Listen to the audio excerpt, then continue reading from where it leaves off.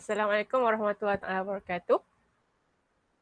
Kami dari kumpulan 3 akan buat pembentangan bagi subjek profesionalisme keguruan EDUP 2132 bagi tugasan 2. Okey, ahli kumpulan 3 ni terdiri daripada Cikgu Wan Nur Syahidah binti Wan Abdul Arif, Cikgu Nurjana binti Nordin dan juga Cikgu Siti Aisyah Syikin binti Zainuddin. Okey, saya Cikgu Nurjana binti Nordin akan memulakan pembentangan. Okey, bagi tugasan 2, iaitu persembahan, kami ditugaskan untuk membuat satu analisis isu-isu semasa berkaitan etika dan perundangan dalam pendidikan di Malaysia.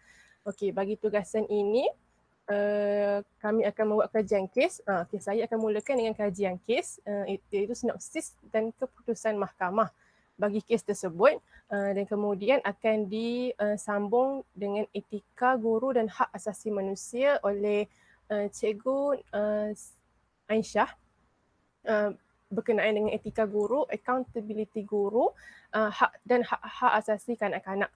Okay, kemudian Cikgu Wan Nur Syahidah akan sambung dengan faktor dan implikasi terhadap kes tersebut jika berlaku kepada pelajar, dan juga kes yang berkaitan yang sama dengan yang kami kaji dan juga penambahbaikan yang dapat dibuat. Okey, pertama sekali iaitu kajian kes. Okay.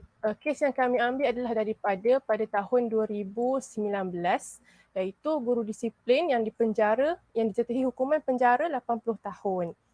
Okay, ini satu kes yang sangat besar. Sinopsis kes ini, kes ini berlaku di Sabah, di Beluran Sandakan Sabah. Okay, guru yang terlibat adalah guru disiplin sekolah rendah. Nama pesalah tersebut adalah Freddy ataupun Ampat Unsin. Pesalah ini berumur 56 tahun dan sepatutnya dia layak dipanggil atuk ataupun ayah kepada pelajar sekolah rendah itulah. Dan sepatutnya kes ini tak berlaku pada usia pada usia 56 tahun ni lah. Okey, dan pesalah ni juga telah berkahwin dan mempunyai 4 orang anak. Jadinya sepatutnya pesalah ini akan tahu apa akan jadi dekat anak-anak dia kalau dengan kesalahan yang dia dah buat dekat pelajar-pelajar yang lain, pelajar-pelajar sekolah rendah ni. Okey, dan hukuman yang telah dijatuhkan ialah 14 pertuduhan yang menyebabkan dia mendapat hukuman 80 tahun, berjumlah 80 tahun penjara dan juga 20 kali sebatan. Okay, perbicaraannya bermula pada 19 Mac 2018 dan berakhir dengan pembelaan yang dibuat oleh pesalah pada 9 Mei 2019 dengan 40 orang saksi. Okey, keputusan mahkamah yang diberikan ini adalah ringkasan daripada keputusan mahkamah tersebutlah. Daripada 14 pertuduhan. Okey, 2 berkaitan dengan pertuduhan rogol. Okey, pesalah tersebut telah merogol pelajar berumur 9 tahun pada November 2015. Dan atas kesalahan tersebut dia telah dikenakan 3 kali sebatan dan juga penjara 15 tahun. Okay, kemudian pada Mac hingga Julai 2016, pesalah ini telah merogol pelajar berumur 10 tahun dan dikenakan sebatan sebanyak 4 kali dan juga 18 tahun penjara. Okay, and then 11 pertuduhan seterusnya adalah daripada pertuduhan cabul. Okay, yang ni pesalah tersebut telah melakukan cabul terhadap pelajar yang berumur 6 hingga 10 tahun pada Januari hingga Julai 2016. Okey, daripada 11 pertuduhan cabul tersebut, 3 pertuduhan dikenakan 3 kali sebatan dan juga 10 tahun penjara. Sama juga yang lagi 3 pertuduhan dan 5 pertuduhan lagi dikenakan sebatan sebanyak 6 kali dan juga 23 tahun penjara. Okay, dan satu lagi pertuduhan dikenakan adalah pertuduhan liwat. Okay, pesalah ini telah meliwat seorang pelajar yang berumur 10 tahun pada Jun sehingga Julai 2016. Okay, dan kesalahannya telah pesalah ini telah dijatuhkan hukuman 1 kali sebatan dan juga 4 tahun penjara. So dia punya keputusan mahkamah ini dijalankan secara serentak dan menjadikan jumlahnya sebanyak 80 tahun penjara dan juga 20 kali sebatan. Seterusnya akan disambung dengan Cikgu Aisyah. Okay, saya akan sambung bahagian etika guru dan hak asasi manusia. Okay, seterusnya. Okey, menurut etika keguruan dan juga peraturan pendidikan, jadi kita tengok dulu apa maksud etika. Etika ini adalah satu sistem dasar akhlak, adat ataupun tingkah laku atau kesusilaan. Jadi disebabkan guru ini adalah satu profession yang profesional, jadi dalam etika profesional dia ada garis panduan yang mana semua garis panduan tersebut adalah bertujuan untuk meningkatkan tahap kualiti, produktiviti dan disiplin dalam perkhidmatan. Dalam pendidikan sendiri, etika keguruan juga membawa maksud satu set atau tanggungjawab guru terhadap pelajar, ibu bapa, masyarakat dan negara dan juga rakan sejawat dan profesion. Seterusnya. Okay. Antara prinsip etika kerja yang digariskan oleh KPM ialah yang pertama niat yang betul. Jadi kalau kita tengok seorang guru itu dia harus mempunyai niat yang ikhlas untuk mengajar, niat yang betul, tapi dalam kes ini guru tersebut telah mempunyai niat yang serong dengan melakukan perkara-perkara yang bercanggah dengan tugas dia. Kemudian yang kedua, seorang guru itu sepatutnya mempunyai perlakuan yang baik. Jadi guru ini sepatutnya menunjukkan imej-imej yang baik yang boleh dicontohi oleh pelajar. Jadi dalam kes ini guru tersebut telah melakukan perkara yang buruklah dan tidak boleh diikuti oleh pelajar. Kemudian yang ketiga, berdisiplin dan beradab. Jadi dalam kes ini guru tersebut memang sudah tidak beradab dengan pelajar, yang mana sepatutnya pelajar itu adalah pelajar yang perlu dilindungi kerana mereka masih kanak-kanak. Tapi guru tersebut telah melakukan perkara-perkara yang tidak sepatutnya. Kemudian yang keempat ialah guru sepatutnya menjadi seorang penggerak ke arah kebaikan. Jadi guru sepatutnya mendorong orang lain untuk melakukan kebaikan. Tapi di sini guru tersebut sendiri yang melakukan kejahatan dengan melakukan jenayah seksual terhadap kanak-kanak. Kemudian yang kelima, seorang guru itu sepatutnya memperkotakan apa yang dikatakan. Jadi melihat kes ini, seorang guru tersebut ibarat ketam mengajar anak berjalan betul sedangkan dia sendiri melakukan perkara yang salah. Dan sepatutnya seorang guru itu perlu menghargai dan bertanggungjawab hasil usaha organisasi. Okey, seterusnya. Okey, kita lihat pula kod etika profesional keguruan. Jadi seorang guru ini dia merupakan seorang yang mendidik generasi masa hadapan. Jadi dia punya perlakuan itu akan menjadi ikutan kepada pelajarnya. Jadi KPM telah menggariskan beberapa kod etika profesional keguruan yang perlu diikuti oleh guru supaya guru itu sentiasa berada pada landasan yang betul. Yang pertama dari segi tingkah laku, jadi dalam banyak-banyak kod itu, kod-kod yang berkaitan dengan kes ini adalah pertama dari segi tingkah laku lah, yang mana seorang guru itu sepatutnya tidak mencemarkan sifat profesional. Jadinya guru tidak sepatutnya membuatkan orang ramai hilang percaya kepada guru. Sepatutnya kalau kita tengok sekolah ini adalah tempat yang selamat. Jadi semua orang percaya yang seorang guru tu boleh membantu dalam mendidik anak-anak di sekolah. Tapi bila berlakunya kejadian ini mungkin akan ada sebilangan orang yang hilang percaya terhadap guru. Dan kemudian yang ketiga, menjatuhkan darjat profesion keguruan. Jadi walaupun seorang yang melakukan kesalahan, mungkin terdapat masyarakat yang memandang serong kepada semua guru. Okey, kemudian dari segi tanggungjawab pula, seorang guru itu sepatutnya menjaga kepentingan murid.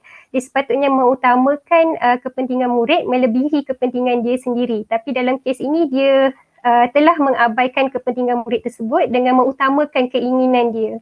Okey, seterusnya.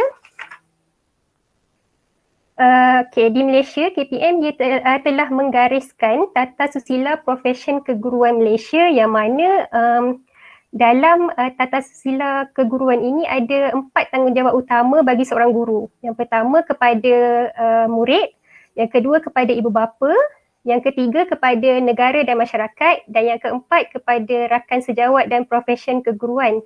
Jadi dalam kes ini seorang guru yang melakukan kesalahan itu telah mengabaikan tanggungjawabnya terhadap murid, yang mana sepatutnya dia menjalankan tugas dengan penuh dedikasi dan dia sepatutnya mengutamakan kebajikan dan keselamatan pelajar dan menjadi contoh yang baik. Jadi dalam kes ini dia telah mengabaikan keselamatan pelajar, sedangkan dia sepatutnya melindungi pelajar tersebut, dan perbuatan yang dilakukan itu telah sepatutnya tidak boleh dilakukan dan tidak boleh diteladani oleh pelajar lain. Okey, seterusnya. Okay, jadi menurut accountability guru pula, seseorang guru itu sepatutnya dia seharusnya faham prinsip accountability guru dengan baik supaya dia dapat menjalankan tanggungjawab dia dengan sempurna. Jadi di sini dalam kes ini guru itu telah mengabaikan accountability guru terhadap tingkah laku dan juga terhadap pelajar. Jadi yang pertama, dia sepatutnya menjadi role model yang baik untuk ikutan pelajar, dan kedua, dia sepatutnya mengamalkan nilai-nilai murni seperti ketatasusailaan, belas kasihan, kejujuran dan juga keikhlasan dan juga pertimbangan. Okay, dari segi accountability terhadap pelajar pula, dia sepatutnya mengutamakan kebajikan dan keselamatan murid. Kemudian ketika kes itu berlaku, mungkin terdapat tentangan daripada mangsa, tapi disebabkan kedudukan tuduh itu sebagai guru, jadi dia meletakkan mangsa dalam keadaan tidak berdaya. Maksudnya kat sini ialah guru tu lebih besar daripada pelajar. Kemudian pelajar mungkin tak faham apa yang berlaku sebab dia masih kanak-kanak, ataupun dia mungkin menganggap apa yang guru buat itu betul, dan dia mungkin juga takut untuk mengadu kerana diugut oleh guru tersebut lah. Kalau dia dah mengadu daripada awal, tak adalah sampai 8 orang pelajar yang menjadi mangsa guru tersebut. Okey, seterusnya. Okey, seorang penjawat awam sepatutnya dia kena ikut peraturan yang ditetapkan dalam Kelakuan dan Tata Tertib 1993, iaitu pindaan 2002, yang mana dalam peraturan 4 bab D Perintah Am, dia menggariskan dalam aspek kelakuan, iaitu peraturan 4 dalam kurungan 2, yang mana seorang penjawat awam tidak boleh berkelakuan dengan sedemikian cara yang mungkin menyebabkan kepentingan pendiriannya bercanggah dengan tugas awamnya. Jadi guru ini telah melakukan sesuatu yang bercanggah dengan tugas dia lah. Yang kedua, seseorang penjawat awam itu tidak boleh berkelakuan dengan sedemikian cara sehingga memburukkan nama atau mencemarkan nama perkhidmatan awam. Jadi di sini orang mula menganggap profesion keguruan itu, orang mula menganggap seronglah terhadap profesion keguruan. Kemudian dari aspek kelakuan juga yang tertakluk pada peraturan 4/A, yang mana seorang penjawat awam itu tidak boleh sama sekali melakukan apa-apa bentuk gangguan seksual, dan dia tidak boleh melakukan gangguan seksual terhadap orang lain. Okey, seterusnya. Seterusnya kita tengok pula hak asasi kanak-kanak. Jadi kanak-kanak ini ditakdirkan sebagai seseorang yang berusia di bawah 18 tahun menurut Konvensyen mengenai Hak Kanak-kanak dan Akta Kanak-kanak 2001. Penderaan seksual terhadap kanak-kanak ialah penglibatan kanak-kanak dalam kegiatan seksual yang tidak difahaminya dengan baik, yang tidak dapat dipersetujuinya dengan arif, atau yang melanggar undang-undang atau kelaziman masyarakat. Dan jenayah seksual terhadap kanak-kanak ini ialah satu keganasan yang mengancam keselamatan dan hak asasi kanak-kanak. Kalau kita tengok dekat Malaysia sendiri pada tahun 2020, statistik mengatakan yang kes jenayah seksual terhadap kanak-kanak ini sebanyak 1,721 kes. Jadi sepatutnya kanak-kanak ini adalah insan yang perlu dilindungi kerana mereka ini mudah dipengaruhi. Okey, seterusnya. Okey, seterusnya dalam hak kanak-kanak ini telah digariskan oleh Pertubuhan Bangsa-Bangsa Bersatu dalam Konvensyen mengenai Hak Kanak-kanak pada tahun 1989. Jadi dalam perkara 19 ada dinyatakan negara-negara pihak hendaklah mengambil segala langkah perundangan, pentadbiran, sosial dan pendidikan yang sewajarnya untuk melindungi kanak-kanak daripada semua bentuk keganasan fizikal atau mental, kecederaan atau penderaan, pengabaian atau perlakuan cuai, penganiayaan atau eksploitasi dan juga termasuk penderaan seksual. Jadi di sini telah digariskanlah, jadi jenayah seksual ini dah termasuk dalam yang telah digariskan dalam perkara 19. Okay, antara hak kanak-kanak yang sepatutnya adalah hak untuk hidup, hak memperoleh perlindungan, hak berkembang, hak penyertaan, pengabaian, penderaan dan juga eksploitasi. Jadi dalam kes ini, hak kanak-kanak tersebut telah dicabul, iaitu hak memperoleh perlindungan. Sepatutnya kanak-kanak itu perlu dilindungi dan mungkin berlaku penderaan seksual dan juga eksploitasi di situ. Okey, seterusnya. Okey, di Malaysia sendiri, Akta Kanak-Kanak telah dikuatkuasakan pada tahun 2001. Jadi dalam akta ini, dia telah menyatukan undang-undang yang berkaitan dengan pemeliharaan, perlindungan, pemulihan kanak-kanak. Jadi Akta Kanak-Kanak 2001 ini dan dipinda pada tahun 2016 ini telah menggantikan Akta Mahkamah Juwana, Akta Perlindungan Wanita dan Gadis dan juga Akta Perlindungan Kanak-Kanak yang telah dimansuhkan. Okey, seterusnya saya serahkan kepada Cikgu Wan Nur Syahidah. Baik, saya Wan Nur Syahidah binti Wan Abdul Arif akan meneruskan tentang faktor dan implikasi gangguan seksual bagi guru dan pelajar. Seterusnya, okey. Faktor gangguan seksual guru dan pelajar ini termasuk dalam faktor luaran dan faktor dalaman. Faktor dalaman melibatkan kesihatan mental si pelaku dan faktor luaran adalah melibatkan seperti yang pertama iaitu tiada pemerhatian khusus daripada pentadbir sekolah ketika waktu lapang atau waktu rehat di sekolah. Okey, jadi sekiranya tiada pemerhatian khusus ataupun tiada dia tidak dipantau, pelajar-pelajar tidak dipantau ke mana keberadaan mereka pada waktu lapang dan waktu rehat, maka berkemungkinan perkara seperti ini akan berlaku. Okey, seterusnya kita ada kurang kesedaran, tiada tindakan tegas daripada pihak yang berwajib. Okey, contoh-contoh kes lain yang banyak kita dapat lihat bahawa si perogol-perogol dan si pelaku ni dia dapat dibela. Maksudnya hukuman itu tidak terlalu tegas bagi mereka dan kemudian mangsa yang terkena tu kadang-kadang tidak mengadu dengan cara yang betul untuk menyalurkan masalah yang mereka hadapi. Okay, kemudian kita dia menganggap bahawa pendidikan seksual sebagai sesuatu yang terlarang dan sensitif. Sekiranya pihak Kementerian Pendidikan ingin memasukkan elemen-elemen pendidikan seksual di dalam pendidikan, di dalam kurikulum, maka ada sebahagian daripada komuniti akan menganggap bahawa perkara tersebut tidak sepatutnya diajar kepada kanak-kanak. Walhal perkara tersebut adalah penting bagi pendedahan awal kepada mereka, khususnya kanak-kanak yang telah terlibat dalam masalah, yang telah terlibat dalam kes ini, iaitu kanak-kanak sekolah rendah. Maka pendedahan tersebut sepatutnya berlaku daripada tahap di sekolah rendah. Okay, seterusnya si pelaku mempunyai pemikiran seksual. Okay, hal ini adalah masalah kesihatan mental si pelaku tersebutlah, dia ingin memuaskan nafsunya. Okay, seterusnya adalah faktor uniform sekolah yang jarang dan ketat.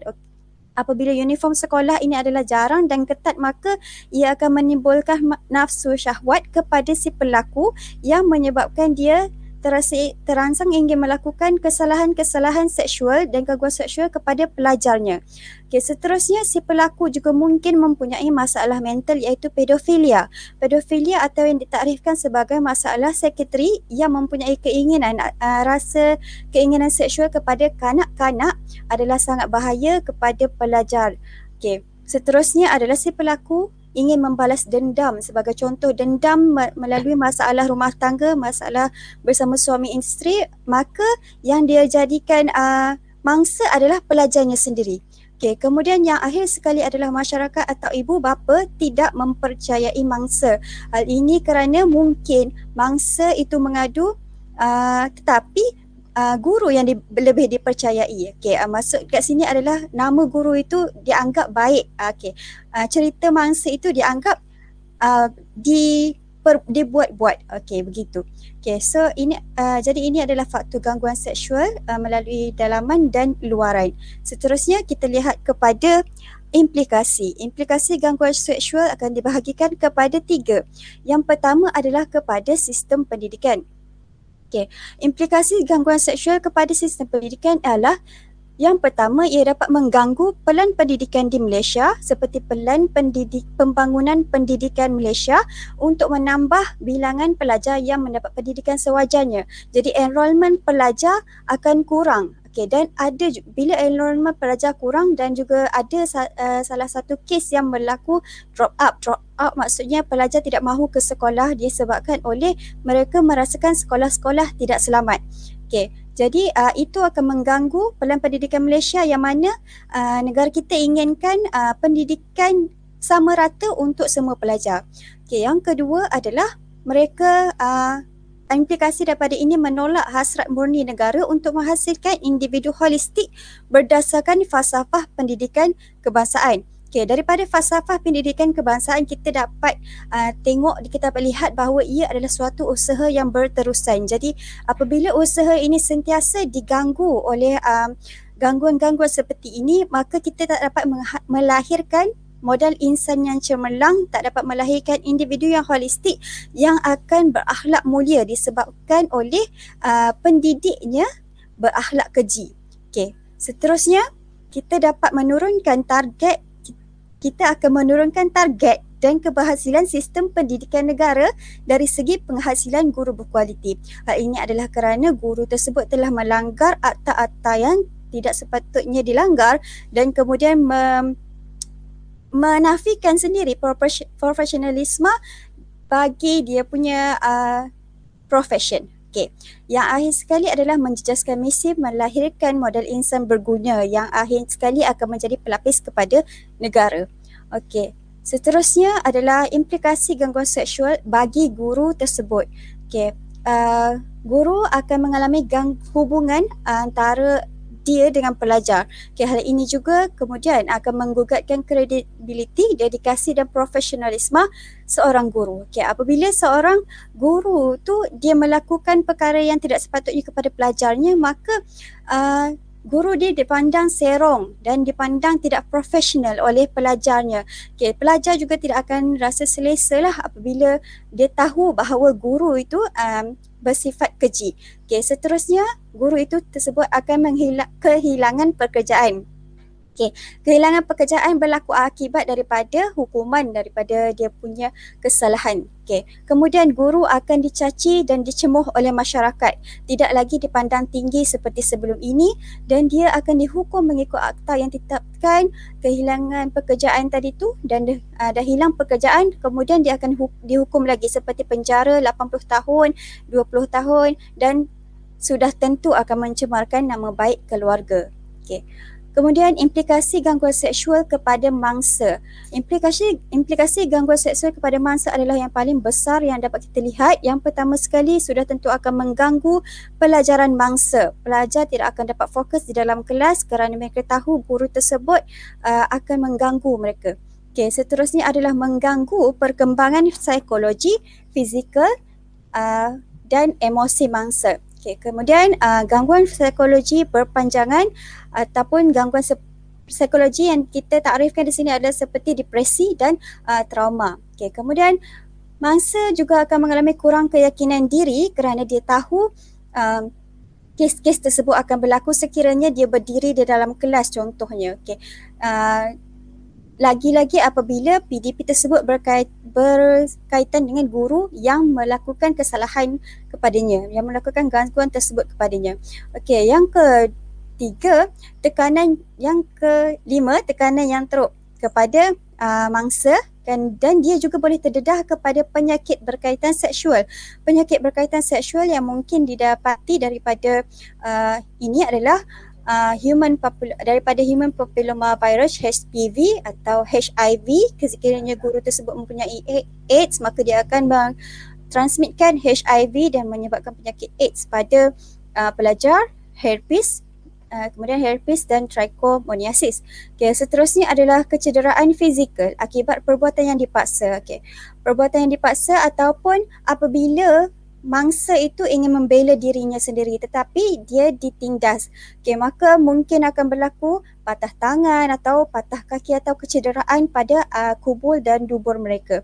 Okay, kemudian mangsa akan timbul rasa ingin bunuh diri. Hal ini adalah kerana mereka akan merasakan hilang harap untuk hidup dan mereka akan merasakan sekiranya mereka berbunuh diri maka masalah akan dapat diselesaikan. Okay.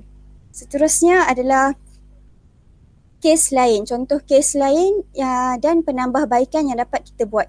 Yang pertama adalah kes di Kota Baru. Kes ini pengetua ditahan dipercayai rogol pelajar. So kes ini berlaku di Kota Baru yang sebenarnya pengetua ini adalah pengetua sekolah agama. Okay, kes ni berlaku pada Disember 2020 melibatkan seorang pelaku yang namanya adalah Mazlili Mustafa berumur 45 tahun. Okay, dia ni disabitkan dengan 6 pertuduhan akan tetapi mengaku bahawa dirinya tidak bersalah. Okay. Kes ini sebenarnya berlaku di pejabat pengetua, di pejabat di sekolah tersebut. Okay. Pertuduhan-pertuduhan yang didapat adalah ada 6 melibatkan yang pertama menyentuh badan kanak-kanak pada usia 14 yang berusia 14 tahun dan merogol pelajar terbabit pada waktu dan tempat yang sama. Okey, seterusnya pada tahun yang kemudian, pada tahun hadapannya ketika pelajar tersebut berusia 15 tahun, lagi sekali pelajar tersebut dirogol. Okey, perkara tuduhan yang keempat dan kelima adalah melibatkan 2 lagi pelajar lain tetapi hanya berusia 16 tahun dan mereka dipaksa melakukan jenayah atau melakukan seks oral. Okay, dengan guru tersebut, pengetua tersebut. Okay, perkara yang terakhir adalah pelajar tersebut dipaksa untuk melakukan pelajar tersebut dicabul. Pelajar tersebut dicabul dengan cara pengetua tersebut menyentuh kemaluan pelajar dan pelajar tersebut hanya berusia 16 tahun. Jadi perkara ini, hukuman bagi pengetua ini adalah penjara 20 tahun dengan sebatan jika sabit kesalahan. Akan tetapi dia diikat jamin dengan 35,000 bagi ke-6 kes tersebut. Okay. Yang seterusnya adalah kes guru rogol pelajar di penjara 22 tahun. Okay, kes ini berlaku di Kuching, Sarawak pada tahun 2019. Melibatkan seorang pelaku bernama Muhaini Bojeng berusia 53 tahun. Okay.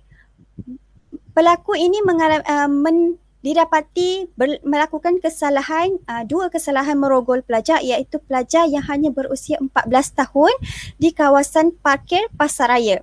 Okay. Pelajar ini tuduhan-tuduhan pada dia telah dibuat akan tetapi rayuan diminta oleh peguamnya dengan rayuan untuk menggantung hukuman atas sebab pesalah ini mempunyai penyakit kronik, batuk, diabetes dan darah tinggi. Dan alasan kedua adalah untuk pesalah tetap mencari nafkah kepada keluarganya. Alasan ketiga adalah pesalah masih perlu mengajar di tuition. Akan tetapi ketiga-tiga alasan ini ditolak oleh Timbalan Pendakwa Raya kerana yang pertama, penjara ada juga kemudahan kesihatan. Yang kedua, guru ini tidak layak mengajar di pusat tuition lagi kerana dia akan membahayakan pelajar-pelajar yang lain. Seterusnya, hukuman yang dia dapat adalah 22 tahun penjara dan 4 sebatan. Okay. Kes yang seterusnya adalah kes di luar negara iaitu guru tuition rogol pelajar 285 kali janji kahwin ketika usianya 18 tahun. Kes ini berlaku pada tahun 2019 di Taiwan. Okay. Jadi sebenarnya kes ini adalah bermula dengan bibit-bibit percintaan antara guru dan pelajar, kemudian mereka melakukan hubungan seks hampir setiap malam, maka dengan itu hubungan tersebut hampir 285 kali dan mereka sebenarnya diadu oleh ibu mangsa tetapi ditolak, maksudnya dinafikan oleh guru tersebut, akan tetapi dibuktikan dengan kukuh oleh pelajar yang menulis semua perkara tersebut di dalam diarinya dan dia dia menerima hukuman penjara 9 tahun sahaja, 9 tahun 6 bulan sahaja untuk guru di Taiwan ini. Okay, jadi itu adalah contoh-contoh kes lain di dalam dan luar negara melibatkan guru dan pelajar. Okay. Jadi cadangan untuk membanteras isu gangguan seksual ni adalah yang pertama sekali pihak pentadbir sekolah perlu mengambil tindakan awal terhadap pelaku. Sekiranya terdapat satu aduan, maka siasatan perlu dilakukan dengan mendalam. Percaya kepada kata pelajar lebih kepada percaya kepada kata-kata rakan sekerja. Dan kesan kecurigaan yang berlaku walaupun sekecil-kecil perkara. Okay, yang kedua, membentuk suasana pembelajaran selamat dan kondusif bagi pelajar, staf dan guru. Seperti memantau pergerakan pelajar, sentiasa mengawasilah pelajar dan staf dan guru semua sekali.